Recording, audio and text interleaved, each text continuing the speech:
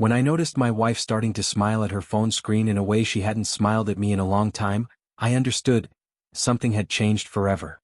My name was Hank, I was 37 years old, and I worked as a data analyst at a mid-sized IT company in Columbus, Ohio. My job was to identify patterns, anomalies, deviations from the norm. Who would have thought these skills would come in handy for unraveling the secrets of my own life? Cindy worked as a secretary at a law firm downtown. We got married 4 years ago, after 2 years of dating. For me, this was my second marriage. The first one fell apart 7 years ago due to our mutual immaturity and inability to compromise. For Cindy, this was her first serious relationship that ended in a wedding. We rented a cozy 2-bedroom apartment in German Village, a historic district of Columbus with brick buildings and narrow streets. In winter, this neighborhood was especially charming, when snow covered the old roofs and street lamps created warm circles of light on the cobblestones.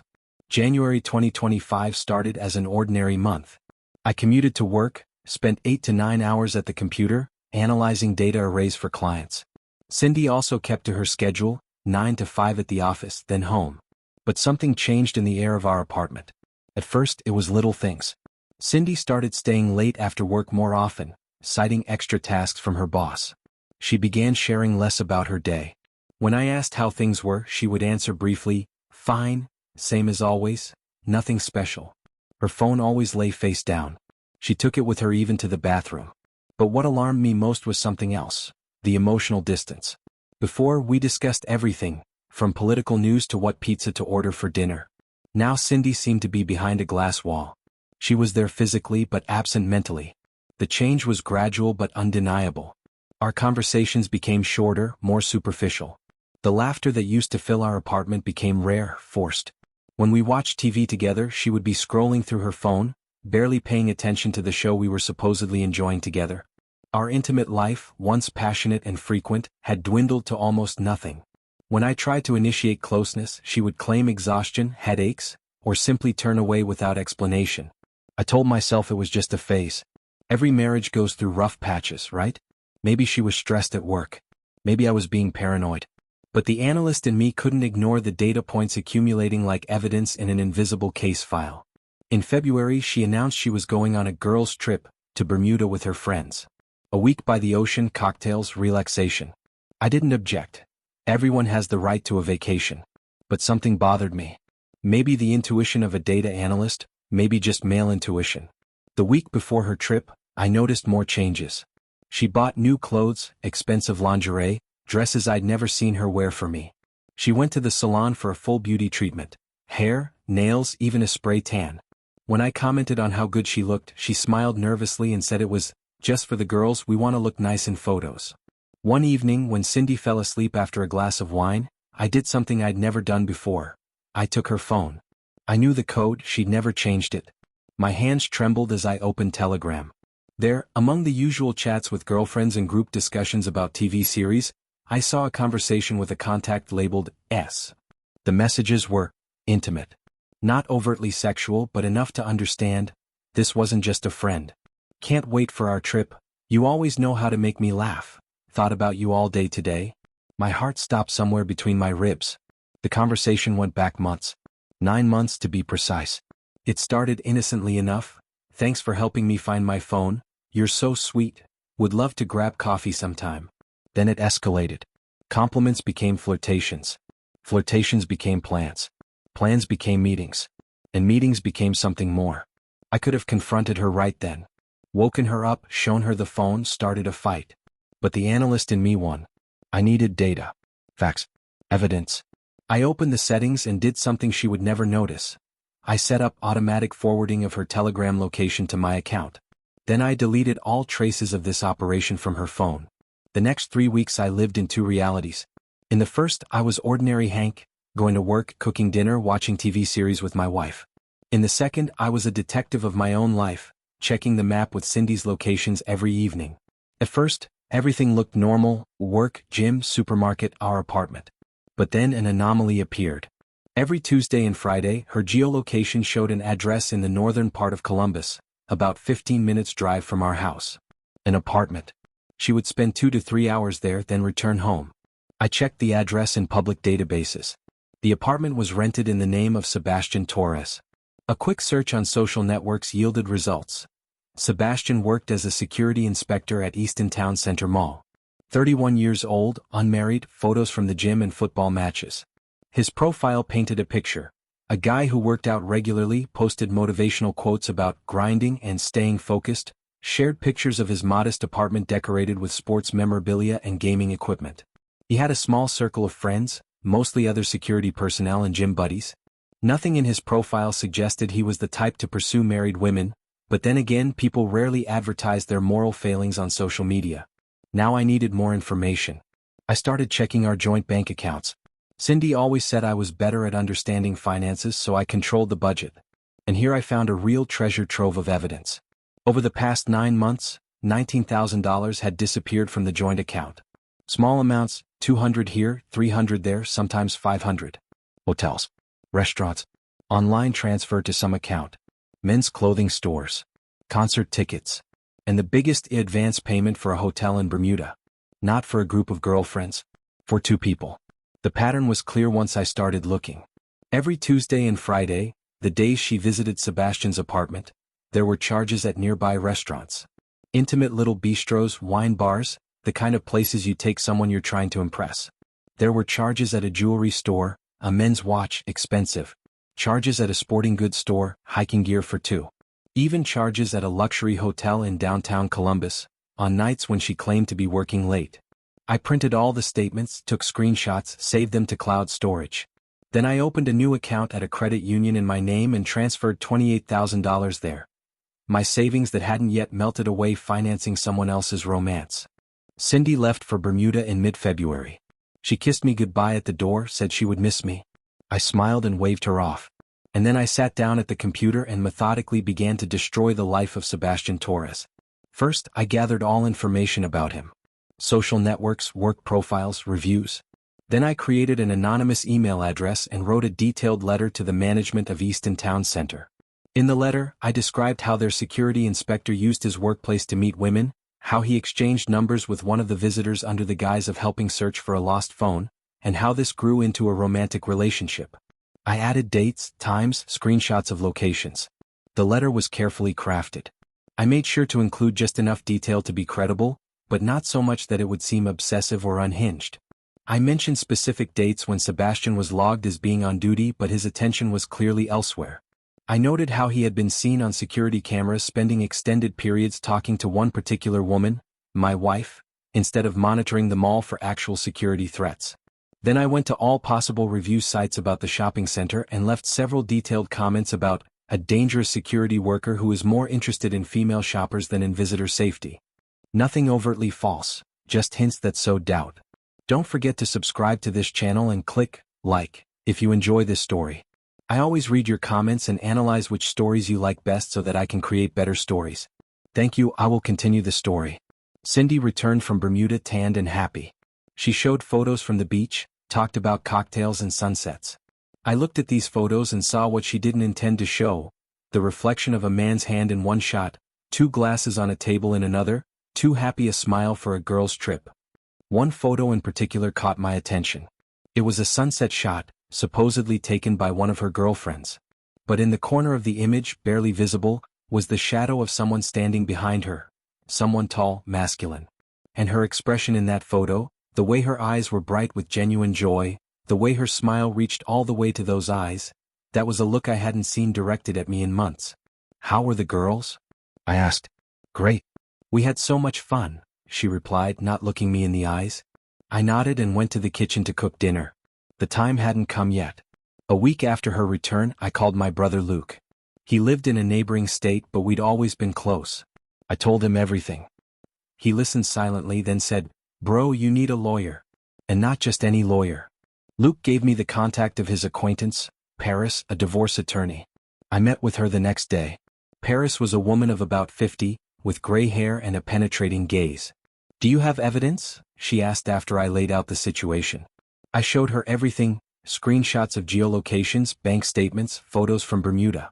Paris nodded approvingly. "Ohio is an equitable distribution state, but your evidence of financial misconduct could influence the court's decision. Do you want a divorce?" "Yes," I answered without hesitation. "Then let's start the process."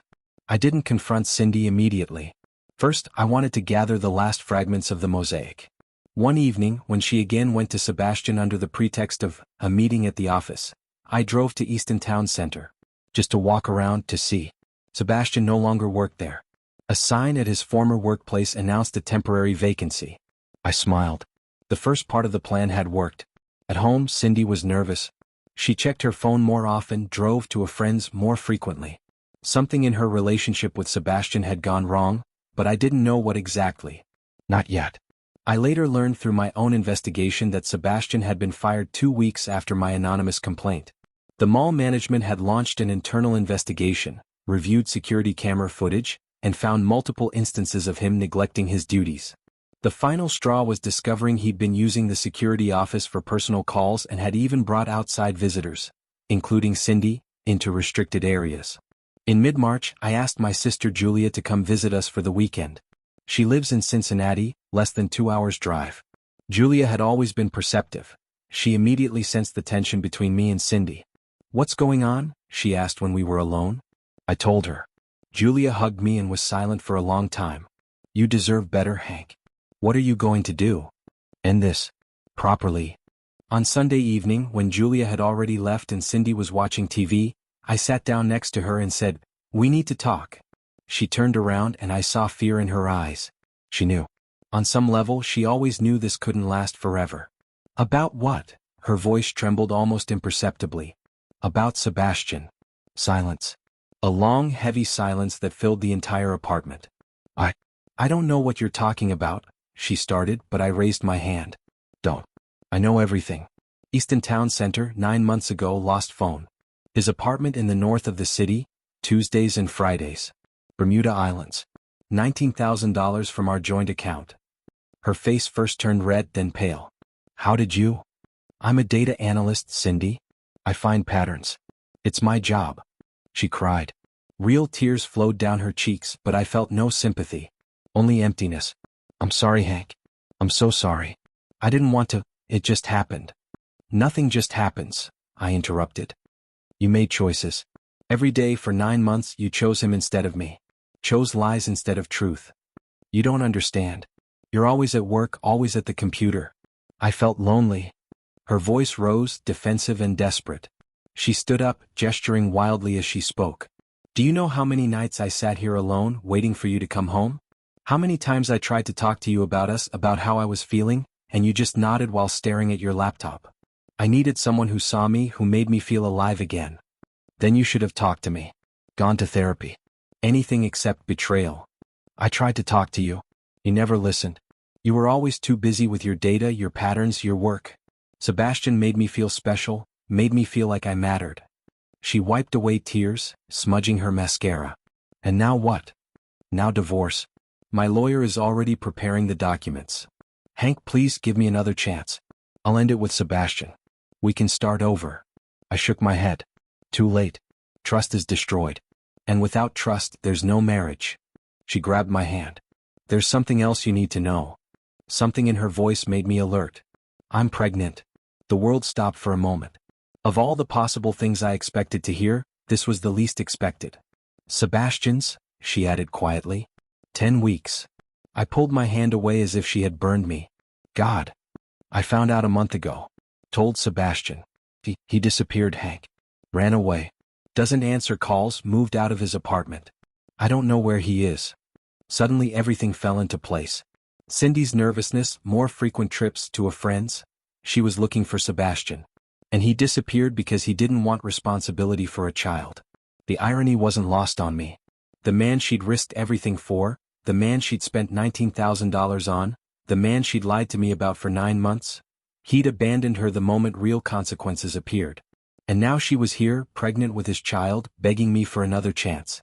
"And what are you going to do?" I'm keeping the baby. I can't do otherwise." I stood up and walked to the window. Outside, snow was falling, large flakes covering German village with a white blanket. "That's your choice," I said without turning around. "But I can't be part of this. I can't raise a child from someone who destroyed our marriage." "I understand," she whispered. The next weeks were a nightmare. Cindy moved to her mother's on the other side of town. Lawyers started the divorce process.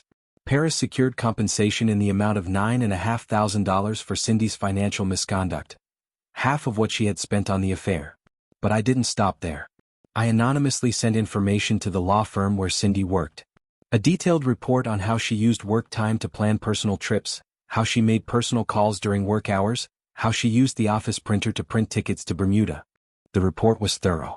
I included timestamps from when she'd made personal calls during billable hours, estimates of how much work time she'd wasted, copies of personal documents printed on company equipment. I even included a few instances where she'd left work early claiming illness, only to show up on my location tracker at Sebastian's apartment. Cindy received an official warning from her employer. Not termination, but a stain on her reputation that would remain in her file forever. Then I told our mutual friends. Not everything but enough. About the betrayal. About the pregnancy.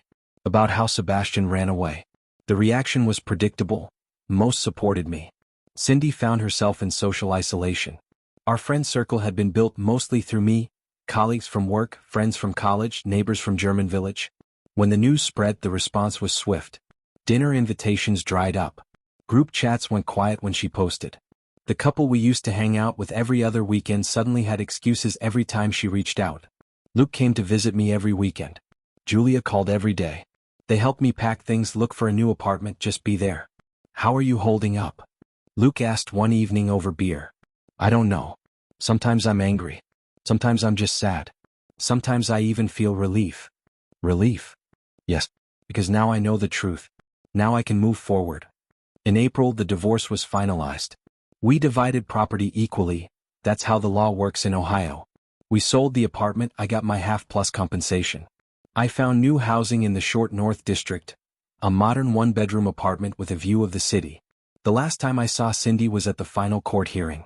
She was in her 5th month of pregnancy, her belly already noticeably rounded. She looked tired but not broken. Our eyes met for a moment and I saw in her eyes something like regret. But not for me, for herself, for her choices. We didn't speak. There was nothing to say. The judge read through the settlement one final time. Division of assets, no alimony since we both worked, no child support since the child wasn't mine. The whole thing took less than 30 minutes. 4 years of marriage dissolved in a brief court session. Cindy's lawyer tried one last time to argue for additional compensation, but Paris shut it down with the evidence we'd compiled. As I walked out of the courthouse, I felt strange. Not happy, not sad, just empty.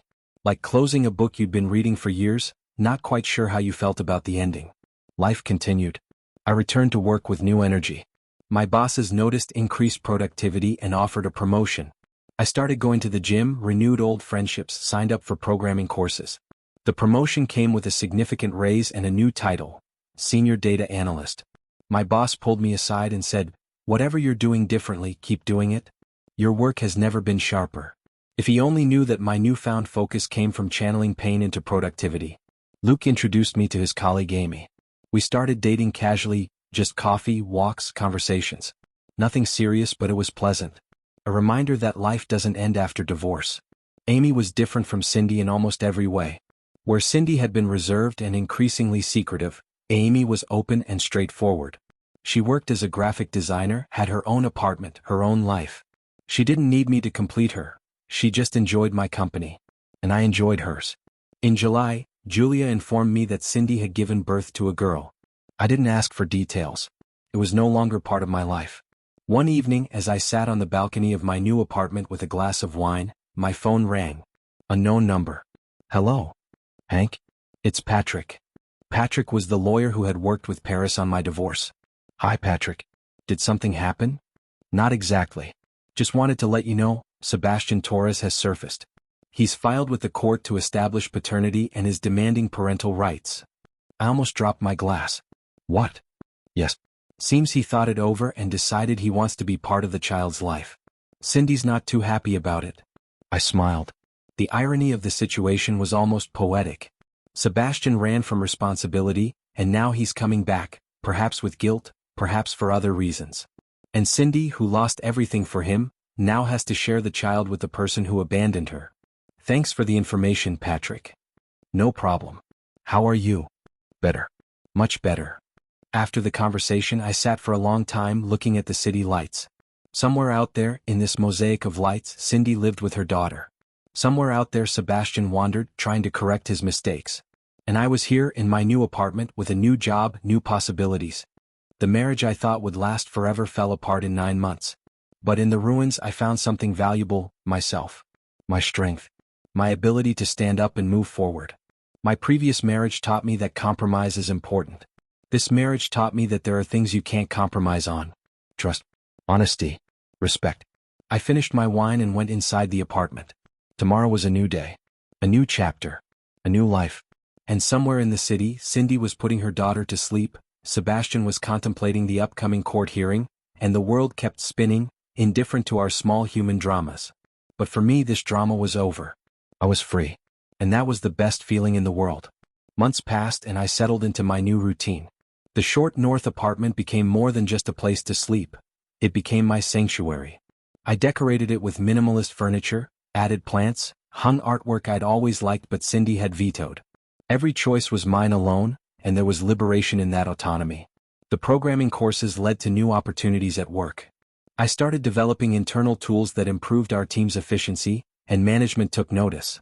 By October, I was leading a small team of my own, mentoring younger analysts, sharing the pattern recognition skills that had served me so well, in work and in life. Amy and I continued seeing each other, though we both maintained it was casual. She understood when I needed space, never pushed for more than I was ready to give. One evening, over dinner at a small Italian restaurant in the Arena district, she said something that struck me. "You're different than when we first met," she observed. "Different how?" "Lighter. Like you're not carrying something heavy anymore." She was right. The weight of betrayal, of lies, of a failing marriage masquerading as a functional one, all of it had lifted. I was becoming myself again, or perhaps becoming someone new entirely. Through Luke, I heard occasional updates about Cindy. The custody battle with Sebastian was messy. He wanted joint custody despite having no relationship with Cindy, no history with the child. The courts were trying to determine what was best for the baby girl, now named Emma. I felt nothing hearing this news. Not satisfaction, not sympathy, nothing. That chapter of my life was truly closed. In November, a year after I'd first noticed Cindy's suspicious smile at her phone, I sat in my apartment on Thanksgiving, surrounded by Luke, Julia, Amy, and a few close friends. We cooked together, laughed, told stories. At one point, Luke raised his glass. "To new beginnings," he said, looking at me. "To new beginnings," we all echoed. As I looked around at these people, my family, my friends, someone who might become more, I realized something profound. The end of my marriage wasn't the end of my story. It was just the end of a chapter. A painful chapter, yes, but one that taught me invaluable lessons about myself, about what I would and wouldn't accept, about the strength I didn't know I possessed. I had been betrayed, but I hadn't been broken. I had been lied to, but I had found the truth. I had lost a marriage, but I had regained myself. And as the evening wore on, filled with warmth and genuine connection, I understood that sometimes the worst things that happen to us clear the path for the best things to come. Thank you for watching this video. YouTube may no longer suggest my channel to you, so subscribe to it to receive new interesting stories. You will also help the channel grow and improve the quality of its content. The screen now displays a playlist with other interesting stories that you can listen to. You can also write in the comments what stories you would like to see on the channel.